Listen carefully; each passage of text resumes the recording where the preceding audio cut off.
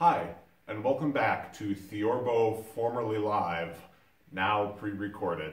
Our next step in building this instrument is the important, although very minute, work of making the spacers that go between the ribs. And for that, I'm going to be showing you a montage here of all the steps that go into the process of turning this into this. Here we go.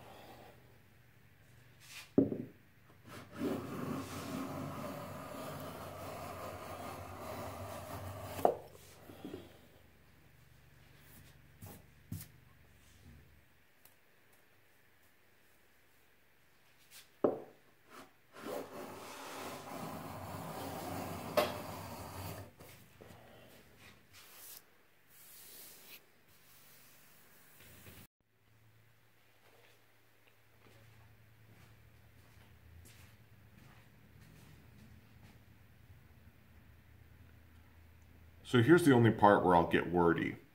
This is a little tool I've made for preparing the last surface of the stringing, because it's really important, if I'm going to have a good joint between those two ribs, that the stringing sides be parallel.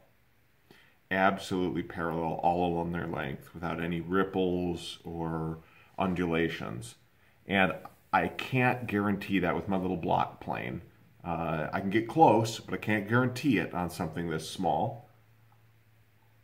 And there's certainly no power tool that'll do it. So I have created for myself this little shaving tool, which I have shapened an old plane iron into a sort of scraper and mounted it between two blocks that I have a little wing nut on the front side here that I can use to lock that in. And so I can set this anywhere from 0 to about 3/8 of an inch, although I'd never want to use this on something that heavy. And what I do then is I can pull this stringing through and put the side which is already good, the fair side which I have marked at each end with a pencil line. I can put that against this fence. Just gently snug this blade to it. I don't even really want it tight. I just want it sort of touching, just a little bit of touching. And then I can pull it through, and you can see there, it shaves off any high points. Just like that. Leaving me with a flat, parallel surface.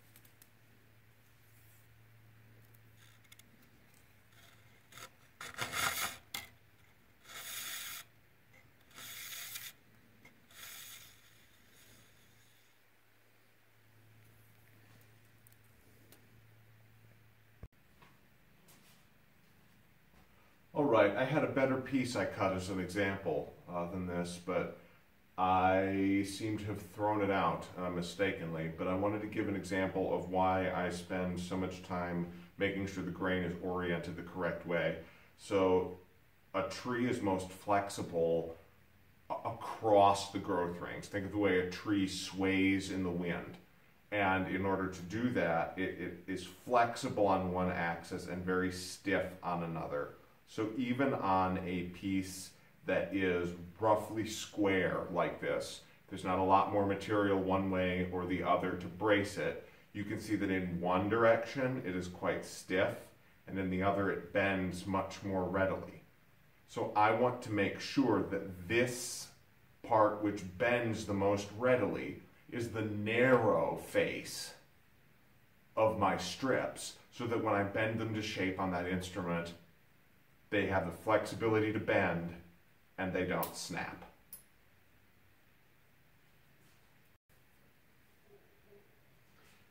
So I've run these through my little shaving block here until they are all pulling a consistent, clean shaving across the entire surface, except for those last few inches that are tapered, which are waste material, and I've brought them down to about 0.75 millimeters thick, which is going to give a really nice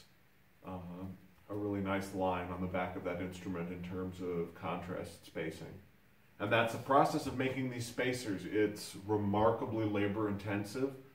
I'm always trying to figure out a little faster way to do it, but to get something that is an even thickness and strong and straight and in the right plane to bend well is tricky. And so it's just one of the parts of this process that I have to knuckle down and spend a bunch of hours doing something boring. I'll listen to a podcast and cut stringing. But that is how we do it. Thanks so much for joining me for this part of the adventure. Next time we'll be using the hot pipe to bend the first rib to the mold, and we'll start assembling the bowl of the instrument now that we have all of our materials prepped. Hopefully that'll be out either later this week or the first part of next. I'm hoping to do at least one of these weekly, but we'll see if I can maintain that. So the best way to know for sure when there's a new video is to subscribe to my series here so that you get a notification when there's a new one and you won't miss out on any of these, I am sure, deeply fascinating and excruciatingly slow steps. So thanks for coming along for the ride. I'll see you next time. Thanks.